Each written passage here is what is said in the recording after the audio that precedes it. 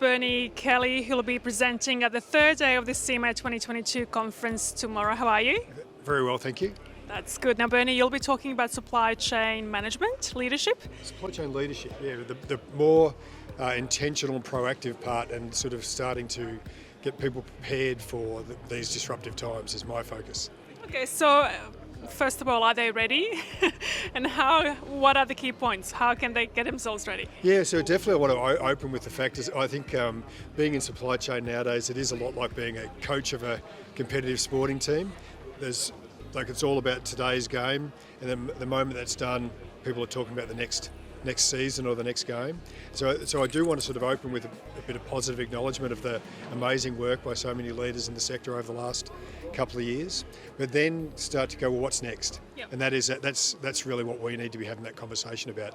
So we're going to lead a factor analysis across all the things that are coming at us over the next years. I'll be sort of sharing from work with other people just like them, sort of 7 areas where we've got risks and opportunities, and looking at all of them, and then looking at the underlying thing about, are we building the capability to be able to keep up with this recurring disruptive period? Yep. And that actually is probably, I think, the risk of the decade. So that's what I'm quite passionate about sharing with people at the moment, getting them ready for that.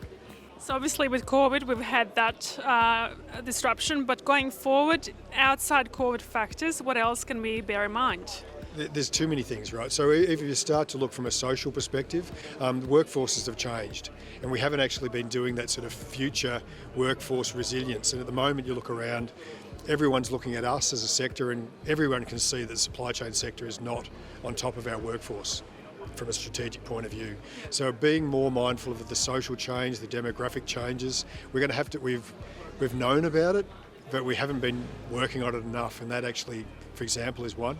In technology, as you can see from the thing here, there's just so much on the move with technology, but also what the definition of supply chain was. I know when I did my supply chain qualifications, we were talking end-to-end, like being from a farmer through to a retailer, Yep. where if you look at the technology now, there's marketing in the street, in your phone, the whole supply chain is being extended by all of that sort of marketing tech as well. Which is a blessing as well. It all comes down to how do you utilise those tools. And with all of these things, all of these factors have got an opportunity side and a risk side, and our leaders doing the homework to be ready for that, I guess, is the opportunity that we're talking about.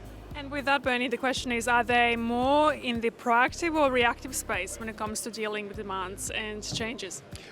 Well, that is the work that I'm talking about, right? Because all of us have I think that actually the more proactive you are, the smarter you look, because you've got more options.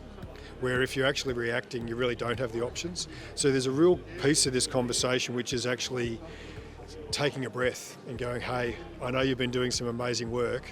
You need to take a breath to be able to think and see opportunities and respond rather than reactive. A major risk this decade is that we get too busy and we work too hard and we miss all these things. And that's going to wreck careers, and it's going to wreck organisations in our sector. So I'm really we have to take a breath and make the most, so we start to see these opportunities. That is such a fascinating theme, and I have to ask, does age play a difference? Are we seeing the shift in the younger generations coming on board in supply chain? Are they thinking differently and reacting differently? Yeah, there's a few things there. So like if I look at my demographic, I've been around in the sector for about 3 decades now, and I think that we have some big changes to happen, because a lot of what got us here is not going to work next. So we've got to unlearn and relearn. And then I think also we've got a big duty to be more proactive, attractive into this sector. You know, there's so many opportunities for people nowadays. Are we an attractive sector? And that really does need to be talked about a lot more. And that is actually an opportunity I'm leaning into as well. How do you actually connect all the dots of where potential is going in the supply chain so it's attractive? I think there was a saying late last year or somewhere where they said, supply chain can be sexy. Supply chain, totally. I'm biased, but I think it's an amazing sector. It is the backbone of every other service sector. Has got a supply chain backbone, right? So it is people might say whether it's sexy or not, but it is so totally crucial. It's a really critical industry to be a part of, and a lot of fun to be a part of as well if you're doing a good job. But if you're on the back foot and you're getting beaten up all the time, so really, trying to be on the front foot and making it fun. If you're in that space, then it's a sexy sector. Well, thank you so much, Bernie. Some valid points there. Thank you. Looking forward to your session tomorrow. Yeah, I'm really looking forward to it too. Thank you.